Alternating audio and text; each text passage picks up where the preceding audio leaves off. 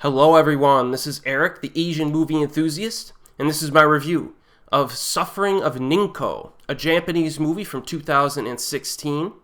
Ninko, a young, diligent Buddhist monk, has one serious problem. Women can't seem to resist him. They pester him so much that he can't even ask for alms in town. Since sexual indulgence is considered a sin, he blames himself for not being virtuous enough. Nearly driven mad by these continuous harassments, he escapes deep into the mountains to be alone. There he finds a corpse in a deserted village, victimized by a specter who seduces the spirits of men. A samurai claims that he could kill the specter, and Ninko follows him, hoping that this forthcoming confrontation will rid him of his curse. So Suffering of Ninko is a very unusual film in various ways. In terms of tone, there's an infusion of humor into the story early on, and you might think that this is some kind of philosophical, dramatic comedy, but it also has a serious streak about it, at times contributing some brief scenes of spookiness, I guess I would say.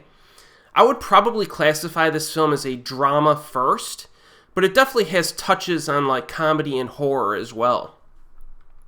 There are some odd visuals and moments in this. There's a seduction scene in a bamboo forest that takes a pretty weird turn. Very cool scene, though. It's right up my alley. Immediately after that, we have a meditation sequence that's also very unique.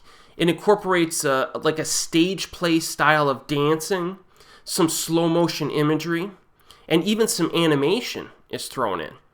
Suffering of Ninko is a live action film, of course, but it also uses woodblock prints and erotic art at times as well, with brief bits of voiceover narration accompanying them.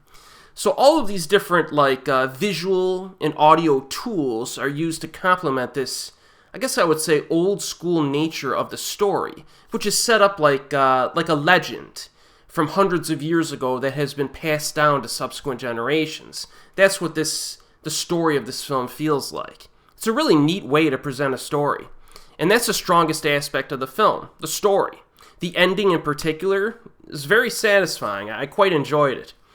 The cinematography and locations are nice, some relaxing forest environments, and even some bamboo, as I said. And we get some mountains and fog as well. Now, one thing to keep in mind is that Suffering of Ninko has a lot of nudity.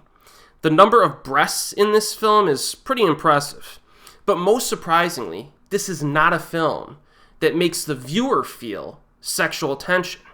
You know, I've covered other films on this channel that has kind of like a stifling sexual tension to it. I don't really get that in this film, which is odd. Because, maybe that's because early on, there's that element of humor to it that kind of lightens it up. And much of the scenes after that are kind of weird, where nudity is presented. I mean, it's so stylized that it neuters the sultry, titillating elements within it. So overall, I would have to say that this is more of like an art film than it is like a soft core type film or anything like that. So it's kind of, it's pretty neat, really. And if I were to nitpick the film, there are a few lines of dialogue that were probably unnecessary because they explain what was happening on screen when they could have just visually told what was happening, which is one thing I could have done without, but it's not a big flaw or anything, but it's there. But really, movies like this are the reason that, after 15 years, I can continue to just rapidly explore Japanese cinema and still find fascinating stuff to watch.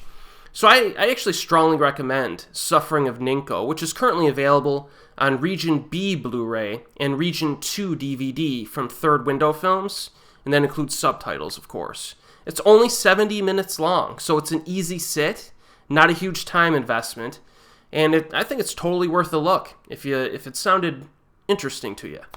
If you want something a bit different, here you go. And as always, I will see you next time.